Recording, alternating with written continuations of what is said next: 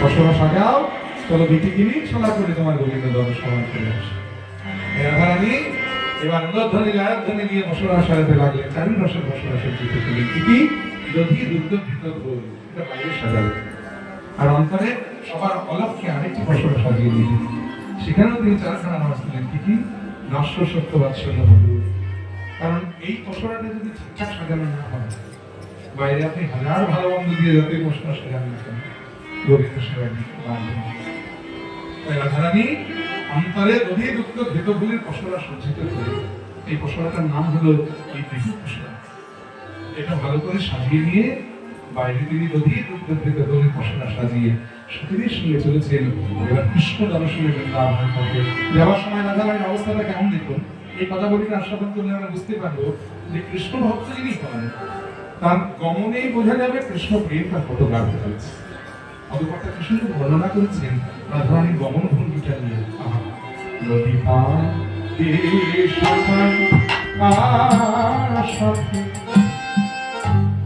ধ্বনি চলিয়া যাইতে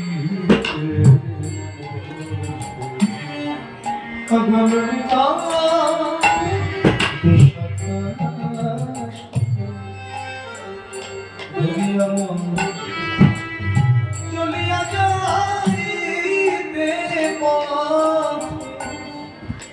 ললিতা বিশাখা সাথে ধ্বনি চলিয়া যাইতে পথে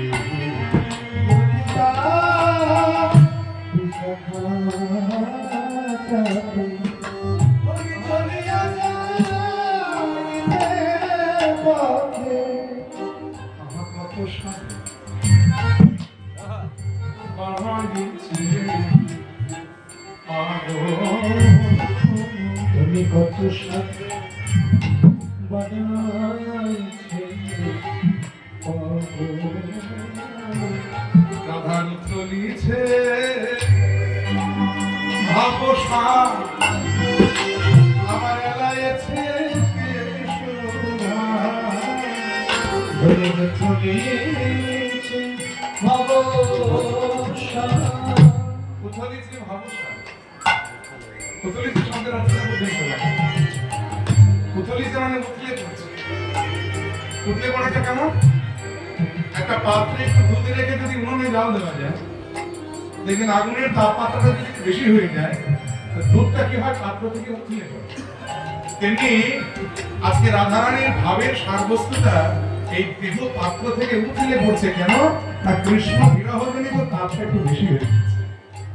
এই উথলে পড়াটা কেমন আমরা একটু সুর দিয়ে বোঝানোর চেষ্টা করছি। দেখুন কেমন করে উথলে পড়ে। রাধা উথলেছে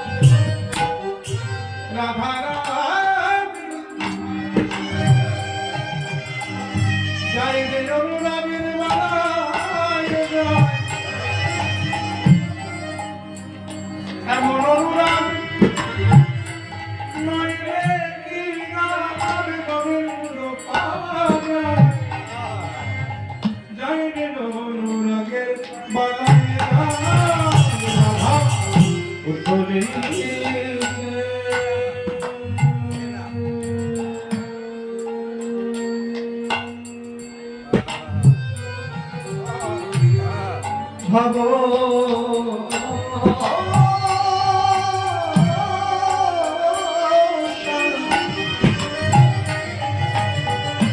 দেখো এলাইছে শোভা আমার ধরনে না যাই ভঙ্গি গাগো আমার ধরনে না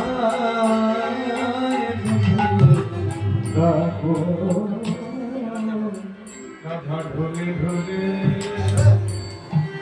ঢোলে রাধা ঢোলে ঢোলে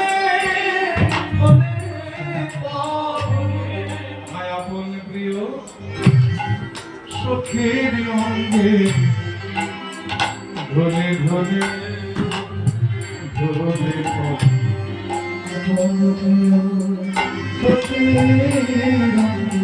জয় কৃষ্ণ কথা রস প্রসঙ্গে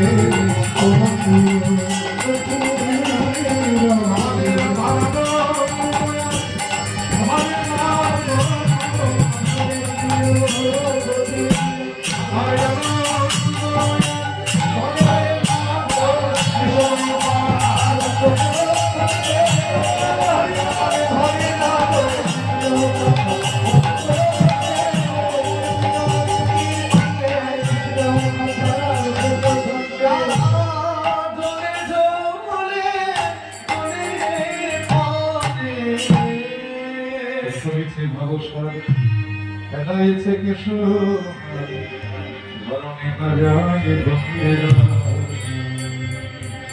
এই যে পথে যাচ্ছে রাধারানী, যেতে যেতে রাধারানীর অবস্থাটা কেমন হয়েছে দেখুন। অঙ্গের ওড়নাটা খসে পড়ে যাচ্ছে, নারীর লজ্জা আভরণ, অঙ্গের বসন খসে পড়ে যাচ্ছে, সেদিকে ভূক্ষেপ নেই। পদকর্তা কি সুন্দর বর্ণনা করেছেন, আর সুরারোপ করেছেন আমার বড় বড় কীর্তন আনাচার জন্য। কি অপূর্ব সেই গানের সুর, যে পদাবলিতে লিপিবদ্ধ করা হয়েছে, তার দ্বিতীয় চোদ্দ মাত্রা তো অসাধারণ গান দেখুন।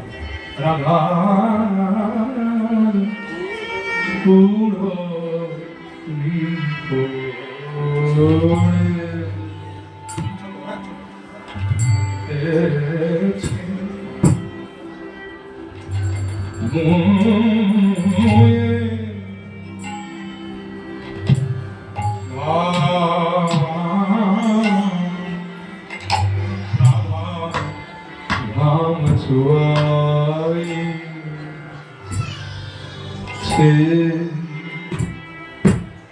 ধাম ছোয়াইছে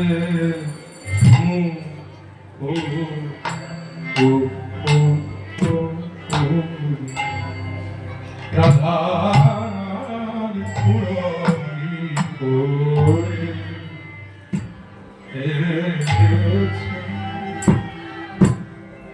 বলিয়ে কি অনুরাগে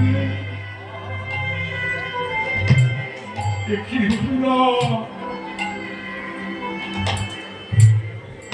লুটায়ে লুটায়ে যায় রাইতে অবসর না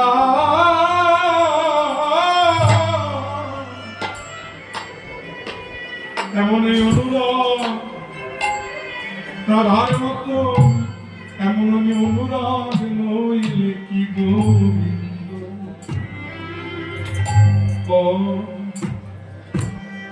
কখনো কি গোবিন্দ মিলে গো রাধা ওড়নি পরে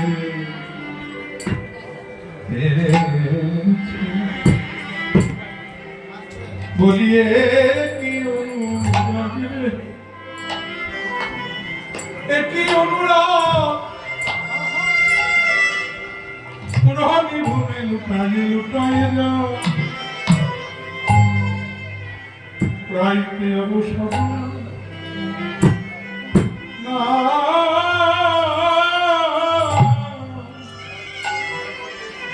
অনুরাগ রাধার মতো এমন অনুরাগ নইলে কি গোবিন্দ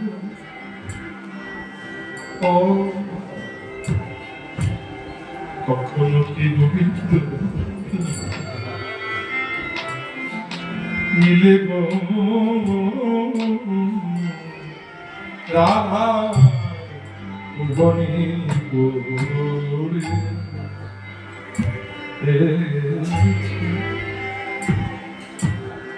বলিয়ে কি অনুরাগে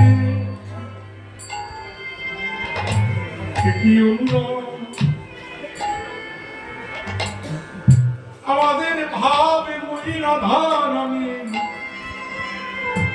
অনুরাগের বালাই নাই এমন এই অনুরাগ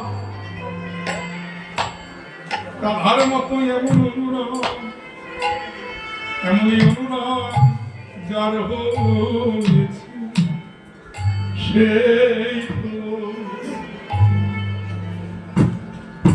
সেই তো জানে গো ওই ও রাধা রাধারে গো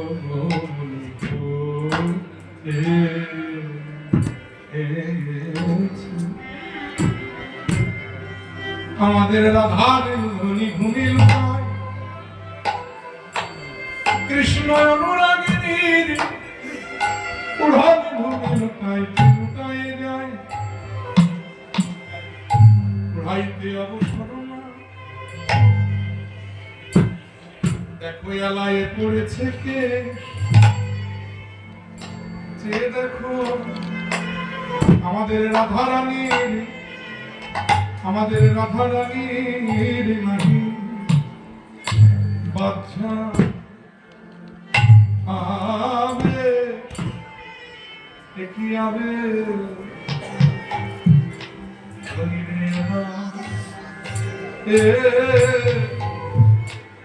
লয়ে পড়েছে কেশ নাহি বাচ্চা আবে কি আবে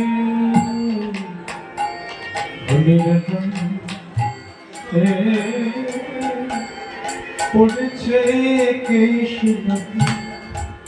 বাচ্চা আবে কি আবে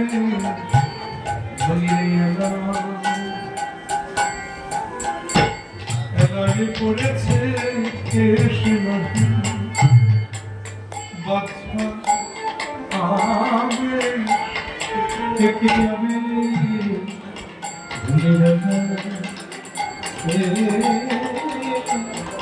পড়েছে কেশ আবে কি আবে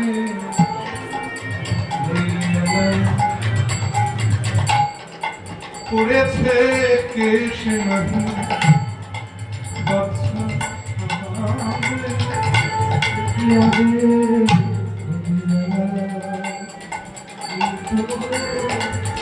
পড়েছে কেশ নাহি বাচ্চা কি আবে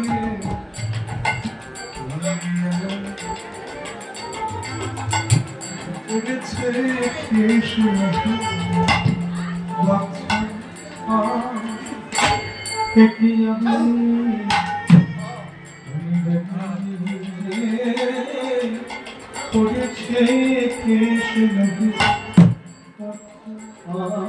আবে কি আবে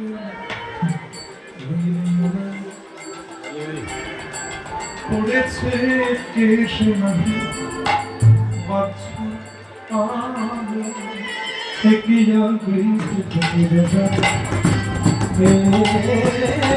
পড়েছে কেশ নাহি বাচ্চা আবে আরে কি বাজাই যাই রে অনু রাগের খোলি আরে কি বাজাই রে জয় রে আরে আরে কি বাজাই রে দেখো যাই রে অনু রাগের খোলি আরে কি বাজাই জয় রে কোনো রাম রে কোনি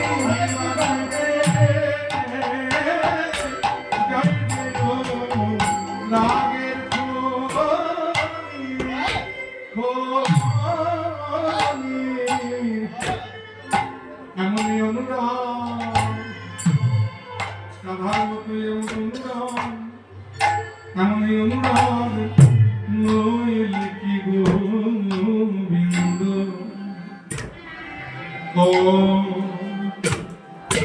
কখনো কি গোবিন্দ আগামীরে গো রাধার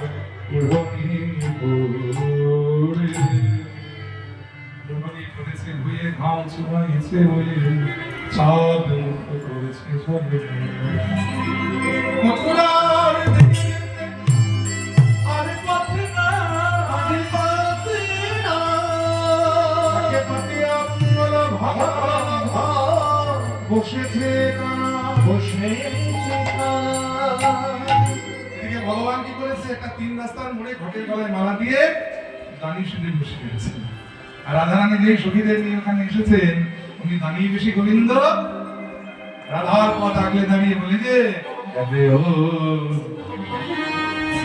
এই গানটি সাধারণত মনোহর শাহী ভাগান আগে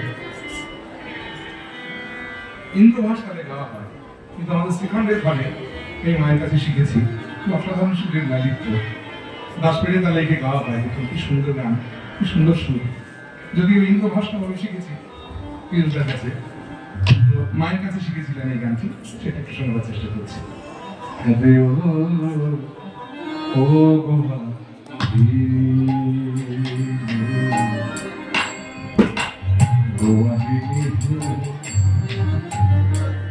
জানো না জানো না জানো না এই পথে এই পথে আমি মহাদানী ও মহাদানী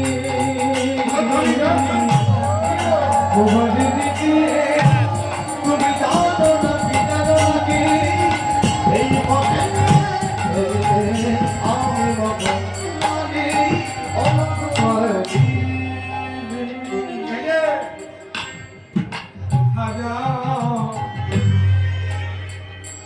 কোথা যাও গোয়ালি কোথা তোমার ঘর ঘর হে কিসের বলো কিসের কিসের পশোদা গাছে বলো কিসের কিসের পশোদা দাসে দাসীর মাথার উপরে ও গোবিন্দ হে জানো নাকি পথে আমি মহাদানী ও গোপালী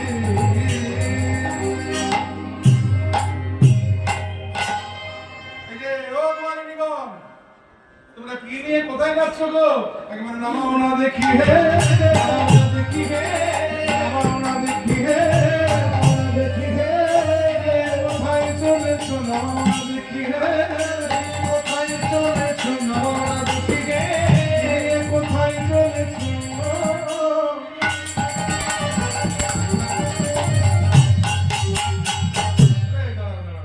কি বললে আচ্ছা আমি কি নিয়ে কোথায় যাচ্ছি আমরা কি নিয়ে কোথায় যাচ্ছি তুমি কে জানো?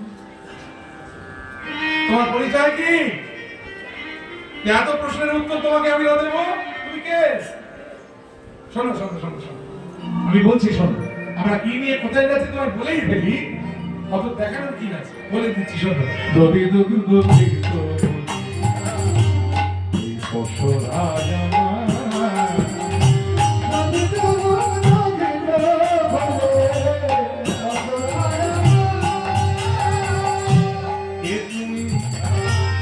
তোমার বলে আমরা উড়াবো কষা কে তুমি তোমাদের বলে উড়াবো কষা আমরা যেথা সেথা নামাই না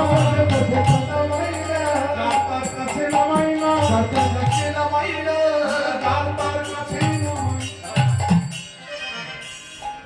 এইগুলো কীর্তন গান। একাধারে যেমন বৈষ্ণব ধর্মের শাসন সঙ্গীত অপরদিকে বাংলার সবচেয়ে প্রাচীন সাহিত্যে কি সুন্দর ব্যাকরণের প্রভাব এখানে ঘটেছে দেখুন একে বলা হয় শব্দের অলঙ্কার যমক তাসলিশ এই অলঙ্কারটার নাম একই শব্দ শুধু ব্যবহার বিভেদের অর্থ আলাদা প্রথমে কি বললেন আমরা যাত্রার কাছে নামাই না যাত্রার কাছে নামাই না যাত্রার কাছে নামাই না যাত্রার কাছে নামাই না কার কাছে নামাও কার কাছে জানো আমরা যার তার কাছে নামাই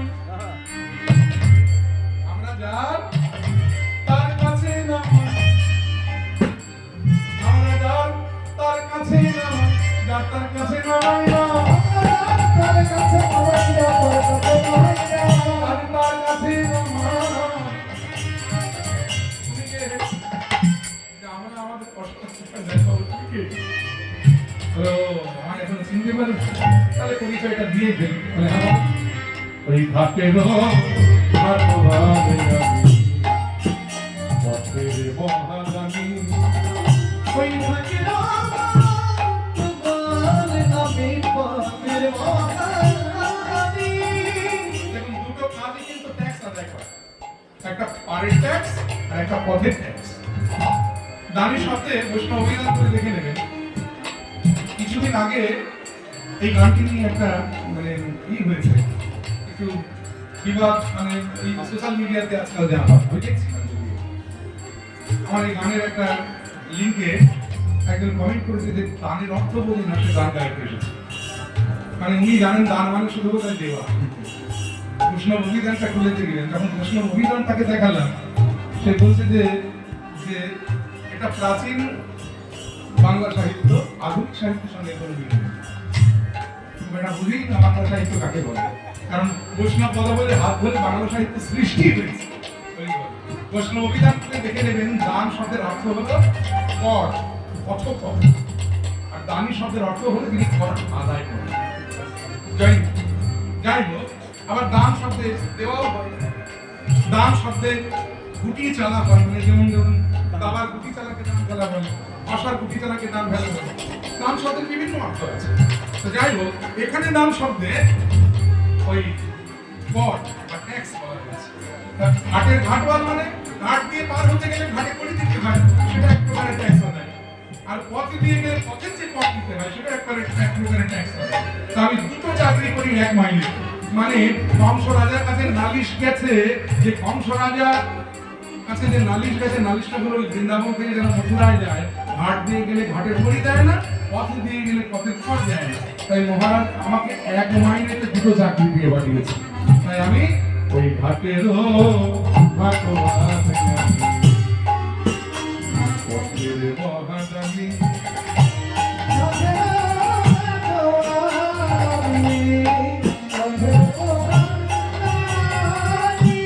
এবারে দান দিতে হবে, শুনো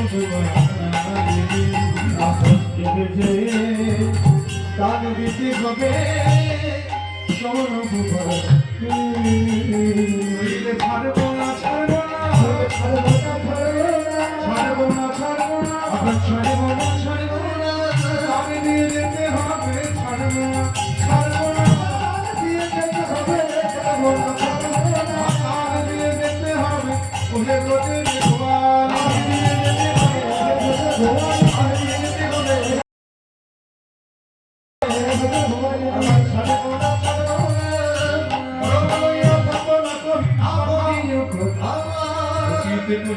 কহিলে মনে পাবে বড়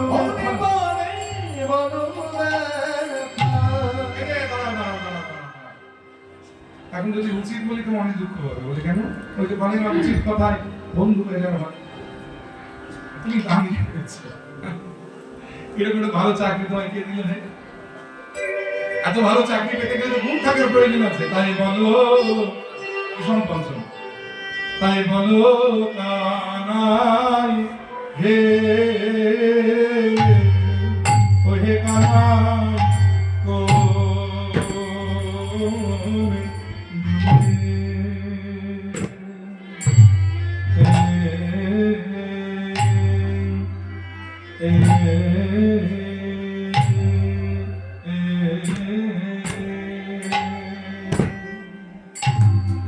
গুনে গুনে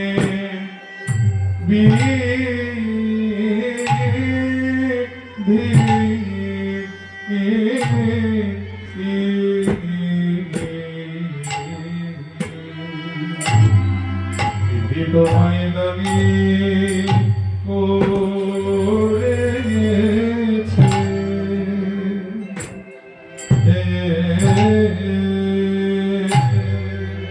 তাই বলো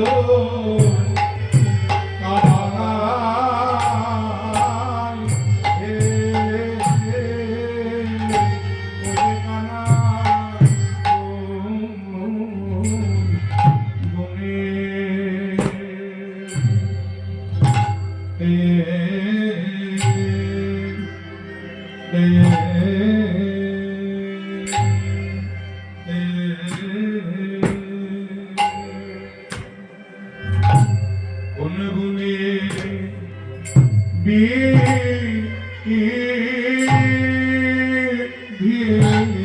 তোমার দানি আমার দানি গুণ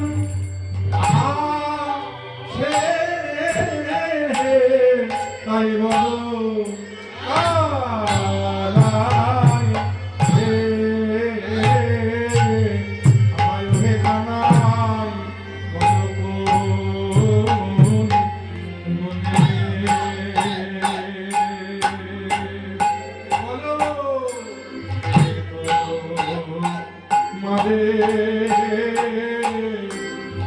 তোমারে দানি কইলে তোমার দানি দানি হবার কি গুণ মায়া বলো আনাই হে মায়া হে কানাই বলো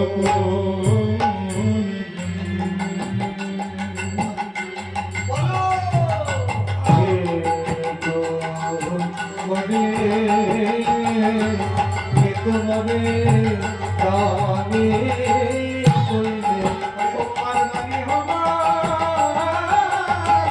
দানি হবার কি গুণ আছে তাই বলো আনাই হে ওই কানাই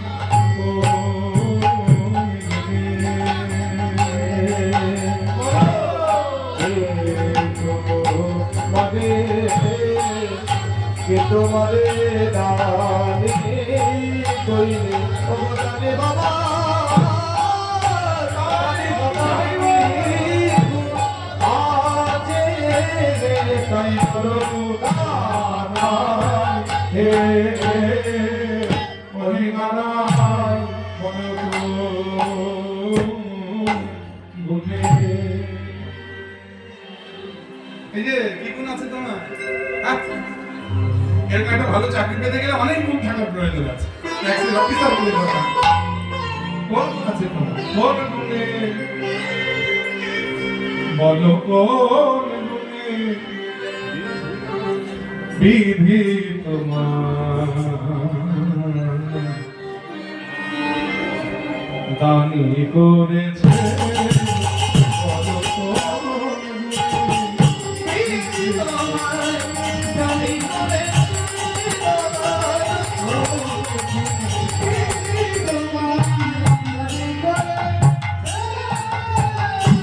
দানি করেছে হাতের হাতওয়ালি দিয়েছে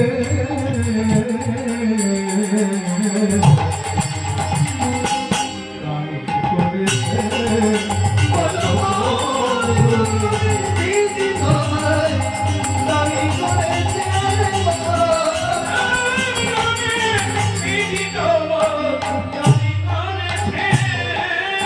তুমি রূপেতে ভোর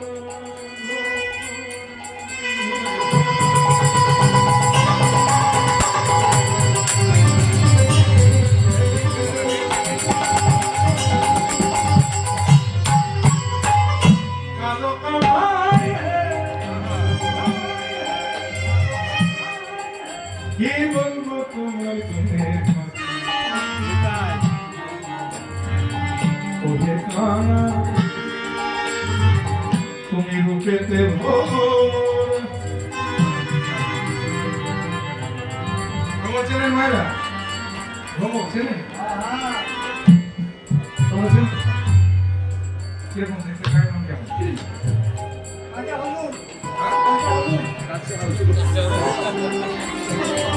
স্বভাব জানে না? কালো কালো শুধু কালো নয়, আমার মনে হয় তার থেকে কালো বলে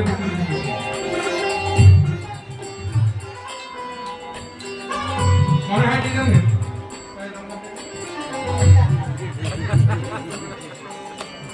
আসলে ভাবে না করতে হবে, দেখা সুন্দর করে নিচ্ছে দেখেছি। আমার মনে হয় বিধাতা শেষ এত কালো মানুষ নয়। মানে বিধাতা চিন্তা করলে যে এটাই তো শেষ, এরপরে আর হবে না, কালো রং এত বেঁচে গিয়েছে, ফেলে দিয়ে লাভ নেই। যা ছিল গায়ে লেপে দিয়েছে। তাই বলি রূপেতে ভ্রমরা মনে মনে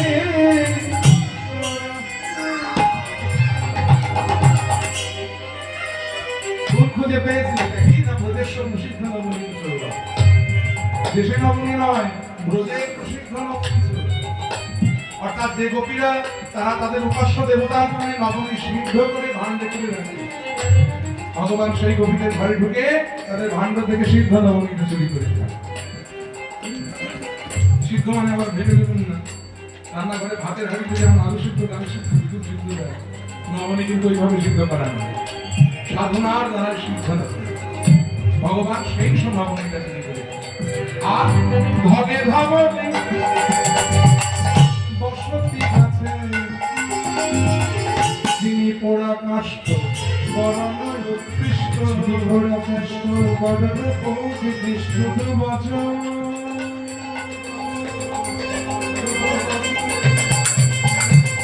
বচন সমিষ্ট তীর্থ জানায়া বলো বলো বলো